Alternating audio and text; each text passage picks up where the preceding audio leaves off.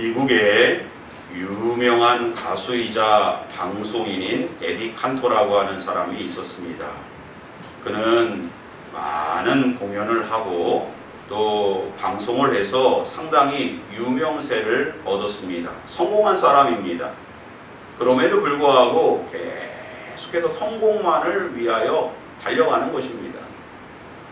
그 모습이 몹시 안타까웠던 어머니는 그에게 편지를 보냈습니다. 아들아, 사람이 앞만 보고 달려가다 보면 주변의 아름다운 경치를 볼 수가 없단다. 그리고 그렇게 지나버리면 아름다운 경치를 다시 볼 수 있는 기회가 없단다. 이렇게 편지를 써서 아들에게 보냈습니다.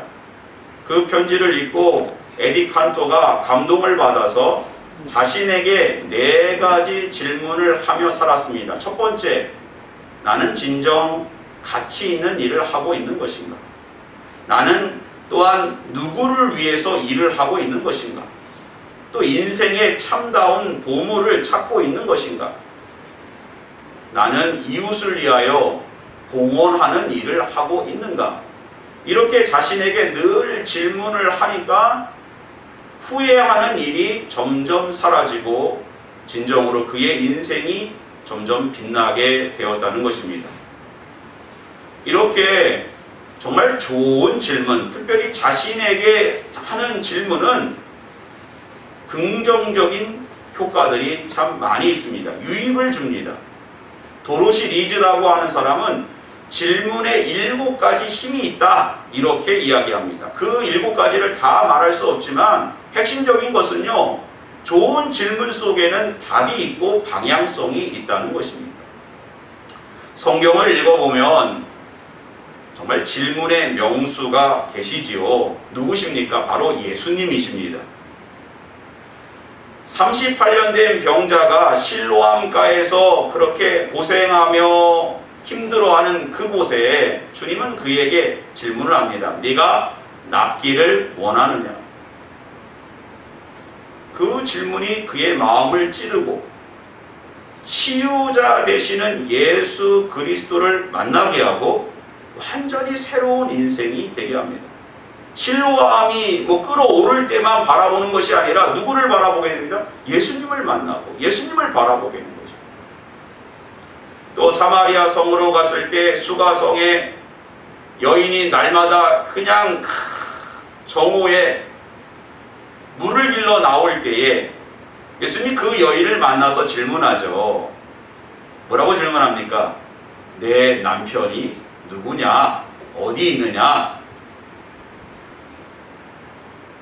정말 감추고 싶었던, 예수님에게 드러내고 싶지 않았던 핵심을 찌릅니다. 그리고 주님과의 대화 가운데 생수의 근원이 되시는 예수 그리스도를 만나게 되고 거룩한 예배자로 변화되어지는 역사가 있는 것입니다. 이렇게 좋은 질문은 우리에게 상당한 영향력을 미치고 힘이 있는 것을 보게 됩니다.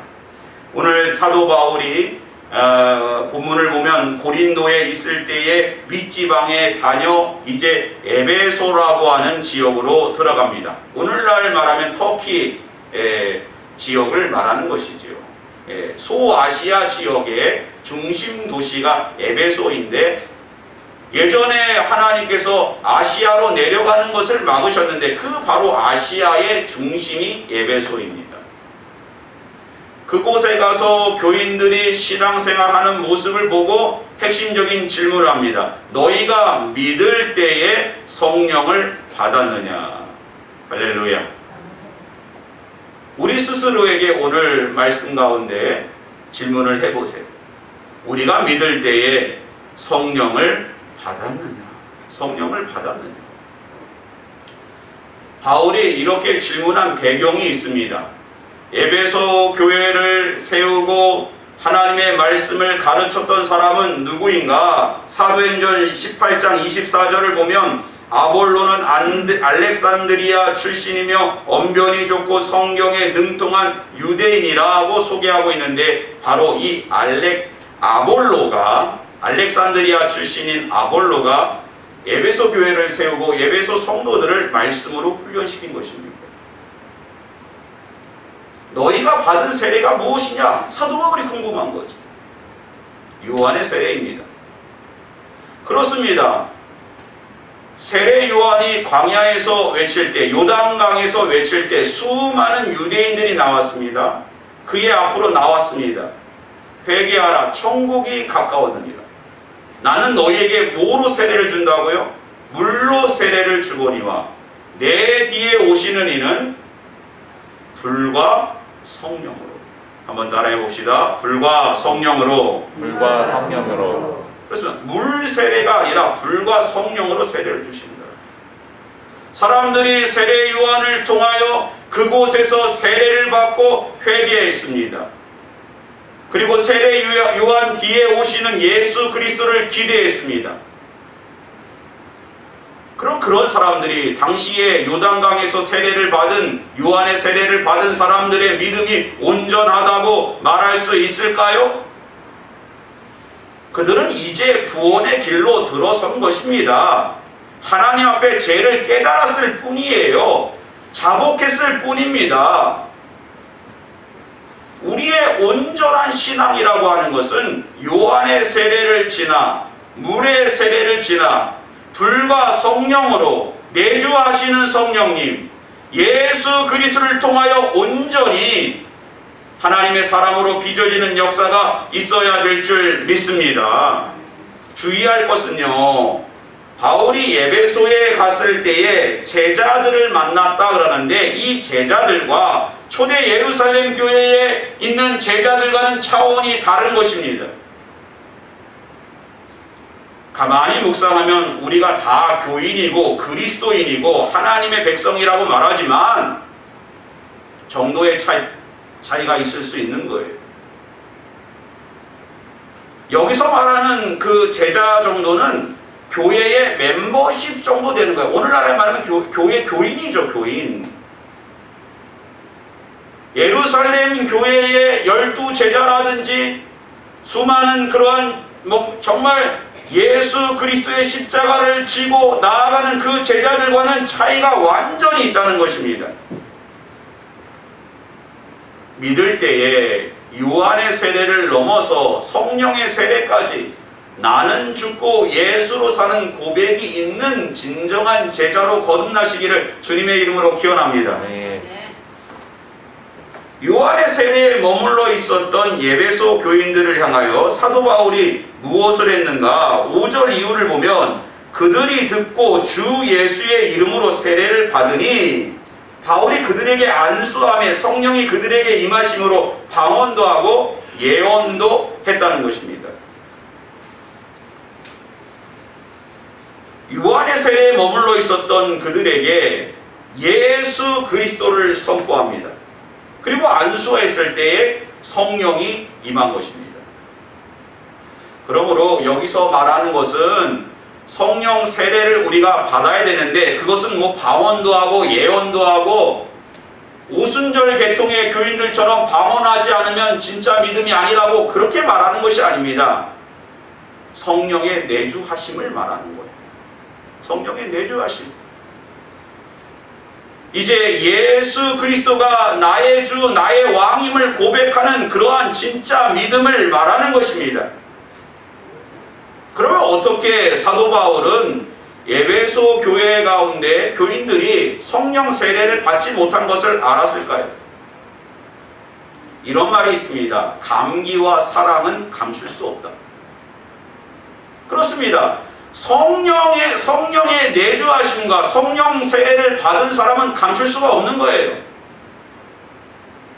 초대 예루살렘 교회에서 7명의 집사를 뽑을 때 기준이 뭐였습니까? 성령과 지혜가 충만한 사람. 성령 충만한 사람은 보인다는 겁니다. 무엇이 보입니까? 성령이 우리 안에 있을 때에 예수가 보이는 것입니다. 하나님 나라가 보이는 것입니다. 하나님의 말씀이 보이는 것입니다. 나는 죽고 점점 예수가 사니까 내 자신이 아니라 예수가 보이는 거예요. 만약에 이렇게 내가 죽지 않고 성령 세례를 받지 않는다면, 성령의 내주하심, 성령의 인도하심을 받지 않는다면 가짜 믿음이 되는 거예요. 알곡이 아니라 쭉정이가 되는 것입니다. 결국에는 그러한 신앙은 교회를 위협하는 신앙이 되는 것입니다. 오늘 설교 제목이 뭡니까? 교회 부흥의 시작점이 어디일까요? 어떻게 교회는 건강하게 세워지고 우리가 온전한 주님의 제자가 될 수 있을까요?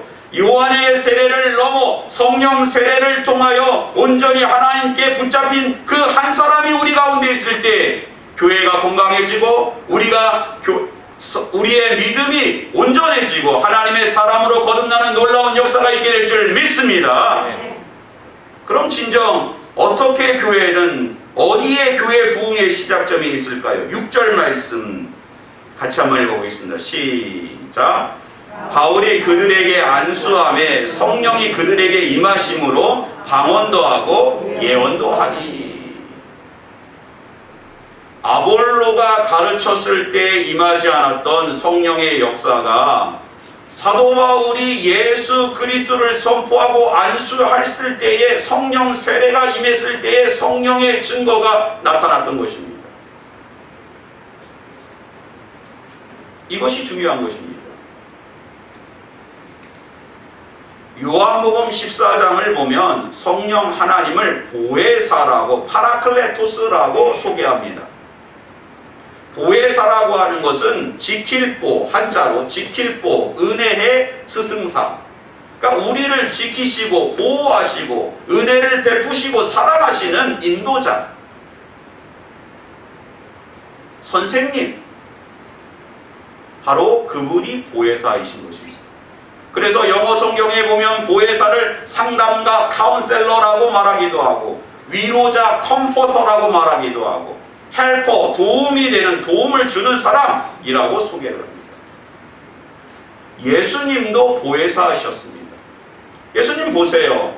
제자들을 부르시고 제자들을 온전한 하나님의 사람으로 세우기 위하여 가르치시고 보호하시고 지키시고 사랑하시고 인도하시고 깨닫게 하시고. 믿음이라고 하는 것은, 우리의 심령이 온전해지고 하나님의 사람으로 세워지는 것은 내가 깨닫고 내가 배우고 결단하고 하는 것이 아니고요. 결국에는 보혜사 되시는 성령님께서 임하셔서 깨달음을 주시고 인도하시고 가르치시고 붙잡아 주시고 눈물로 기도해 주시고, 어머니처럼, 아기를 키우는 양육하는 어머니처럼 우리 한 사람 한 사람을 세워 나갈 때에 우리의 믿음이 온전해지고 건강해지는 줄 믿으시기 바랍니다. 레디칼이라고 하는 책을 쓴 데이비드 플랜 목사님은 그 교회를 이제 목회할 때에 애슐리라고 하는 청년이 있었는데, 그 청년은 정말 온전한 믿음이 되고 싶고 정말 성숙한 그리스도인이 되고 싶은 거예요. 그래서 하나님, 저는 진짜 믿음이 되고 싶습니다 하고 열심히 기도하고 성경 공부를 열심히 하고 예배에 막 호박호박 참여하고 할 수 있는 일을 최선을 다해서 했어요. 그런데도 믿음의 공허함이 오는 것입니다.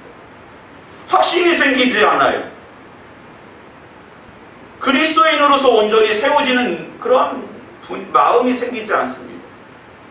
그러나 모든 것을 포기하고 내려놓는 가운데 하나님이 그 가운데 다가오시고 세워주시고 인도하시고 믿음을 주심을 깨닫게 했습니다. 그렇습니다. 믿음이라고 하는 것, 온전한 믿음, 건강한 교회는 우리의 노력으로 세워지는 것이 아니고 내가 죽을 때, 성령님을 인정할 때 성령 하나님의 능력으로 우리의 신앙이, 교회 부흥이 시작됨을 믿으시기 바랍니다. 두 번째로요, 2절 말씀 앞부분으로 좀 갑니다. 같이 한번 읽어보겠습니다. 시작. 이르되 너희가 믿을 때 성령을 받았느냐? 이르되 아니라 우리는 성령이 계심도 듣지 못하였노라. 사도 바울이 나중에 에베소에 편지를 보낸 것이 에베소서인데, 에베소서 4장 13절에 이렇게 고백하고 있습니다. 우리가 다 하나님의 아들을 믿는 것과 아는 일에 하나가 되어 온전한 사람을 이루어 그리스도의 장성한 분량이 충만한 데까지 이르리니 라고 되어 있습니다. 그러니까 에베소 교인들에게 온전한 믿음을 이루라, 그리스도의 장성한 신앙의 분량에 이르라, 그곳에 머물러 있지 말라 라고 종용하고 있는 것입니다. 우리 역시 마찬가지예요. 요한의 세례에만 머물러 있지 마라.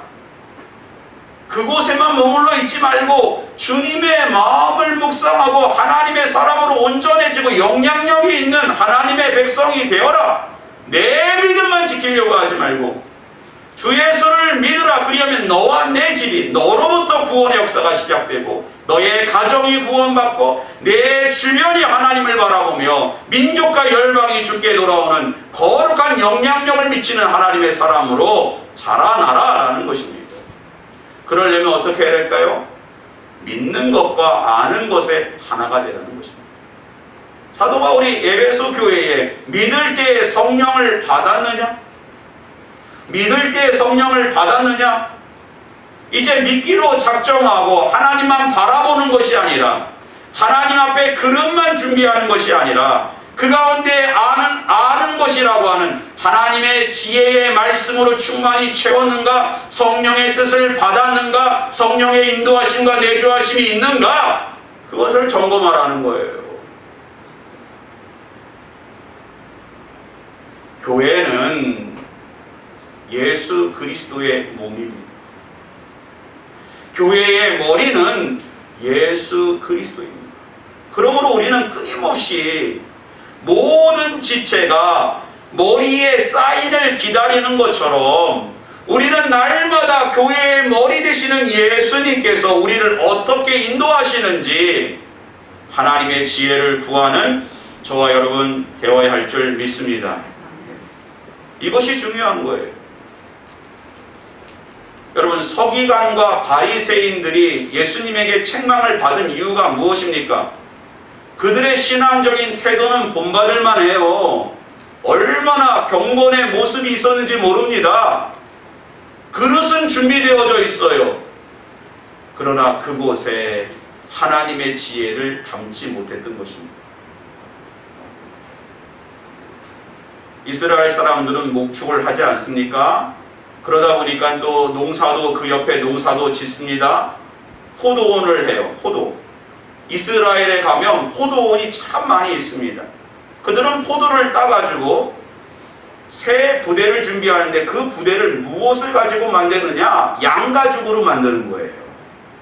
양을 잡아가지고 그렇게 부대를 만들어가지고 포도주를 담궈서 그 안에 넣습니다. 근데 포도주가 시간이 지나면 어떻게 돼요? 발효가 됩니다. 양가죽이 늘어나는 거예요. 웬만해서 터지지 않습니다. 그러나 이 양가죽이 이 부대가 오래되면 딱딱해져서 포도주가 발효되는 순간 펑 터져가지고 한 해 농사가 다 망치는 것입니다. 믿는 것과 아는 것의 일치라고 하는 것은 우리가 날마다 예수 그리스도 앞에 새 부대로 준비되어 오늘 우리 가운데 임하는 하나님의 지혜, 새로운 포도주, 새 술을 우리 마음에 담아서 날마다 새롭게 하나님 앞에 세워지는 그때에 바로 교회는 건강해지고 날마다 개혁되어지며 온전한 그리스도의 장성한 신앙의 분량에 이르게 될 줄 믿습니다. 예전에 준비했던 가죽부대 그거 가지고 날마다 나온다면 서기관과 바리새인이에요. 오늘 우리 가운데 말씀하시는 하나님의 말씀과 하나님의 지혜에 집중하시기 바랍니다. 마지막으로 20절 말씀 같이 한번 읽어보겠습니다. 시작. 이와 같이 주의 말씀이 힘이 있어 흥왕하여 세력을 얻으니라. 할렐루야. 그렇습니다. 교회 부흥의 시작점은 우리 한 사람에게 있는 거예요. 오늘 우리가 나는 죽고 예수로 사는 온전한 신앙의 태도와 그릇을 준비하고 그 가운데 새 술을 우리가 하나님의 지혜로 우리가 그곳에 담그고 준비하고 그것이 능력이 돼요. 말씀의 능력이 우리를 사로잡힐 때 한 사람이 건강해지고 한 사람을 통하여 교회가 건강해지고 한국 교회가 소망이 있을 줄 믿습니다. 한 사람이 죽어요. 사도 바울이 오늘 에베소 교회에서 말씀을 전하고 세례를 베풀었을 때 몇 명이 있었다고요? 모두 한 약 12명이 있었다. 12명이 있었다. 그리고 석 달 동안 그들을 가르치고요. 또 두란노로 가서 또 2년 동안 열심히 하나님의 말씀을 가르쳤습니다. 왜 그랬어요? 한 사람을 세우기. 한 사람을 세우기 위해서. 오늘 그 한 사람 되시기를 바랍니다. 아멘. 말씀의 능력으로 사로잡힌 한 사람이 되시기를 바랍니다. 아멘. 스코틀랜드에 있는 어떤 장로교회에서 목사님이 젊은 시절에 부임을 해서 오랫동안 목회하는데 이제 연세가 자꾸 들어가시니까 이런 실수도 하시고 저런 실수도 하고 교회에 어떠한 변화도 나타나지 않는 것입니다. 그러다 보니까 장로님들이 모여서 우리가 더 열심히 기도하고 목사님을 응원하고 우리가 또 같이 기도하며 나아가자 이런 것이 아니라 빨리 목사님 은퇴를 종용하자. 빨리 은퇴하게 하고 젊은 목사님 또 데리고 와서 뭐 이렇게 한번 해보자. 이렇게 자꾸 의견을 모아가는 것입니다. 그러면서 목사님에게 이야기하는, 목사님 지난 1년 동안 새 가족이 있었습니까? 뭐 성경 공부가 제대로 됩니까? 예배가 제대로 됐습니까? 목사님 목회 활동이 뭐 이렇게 제대로 된 게 있습니까? 이렇게 압박을 합니다. 그런 가운데 정말 목사님은 1년 동안 과연 나는 누구를 이렇게 좀 양육했을까 생각해 보니까 새 가족 중에 딱 소년이 한 명 있었어요. 로버트라고 하는 소년이 있었어요. 교회 앞마당에서 이렇게 묵상하고 있는데 누군가 목사님을 툭툭 치는 거예요. 그러니까 로버트라는 아이예요. 근데 왜 그러냐 그랬더니 목사님은요 지난 1년 동안 저를 가르치셨잖아요. 저에게 말씀을 가르치셨잖아요. 목사님 저 더 훈련시켜주세요. 제가 선교사가 되고 싶습니다. 한 명이 세워지는 그러한 일에 목사님 집중하죠. 그 아이가 나중에 아프리카 선교를 감당했던 로버트 모펫이라고 하는 선교사입니다. 사랑하는 성도 여러분, 오늘날 너무너무 교회가 어렵습니다. 너무너무 힘듭니다. 그러나 교회 부흥은 저 멀리 있거나 어떤 수에 있는 것이 아니고 오늘 우리가 에베소 교회에 있었던 12명처럼 한 사람 성령 세례, 성령에 붙잡힌 바 되고 하나님의 지혜를 구하여 온전한 하나 예수 그리스도의 몸된 교회로 세워지며 날마다 그 능력 가운데 말씀의 능력을 맛보고 나아갈 때 그 한 사람을 통하여 교회가 건강하게 세워질 줄 믿습니다. 아멘. 기도하겠습니다.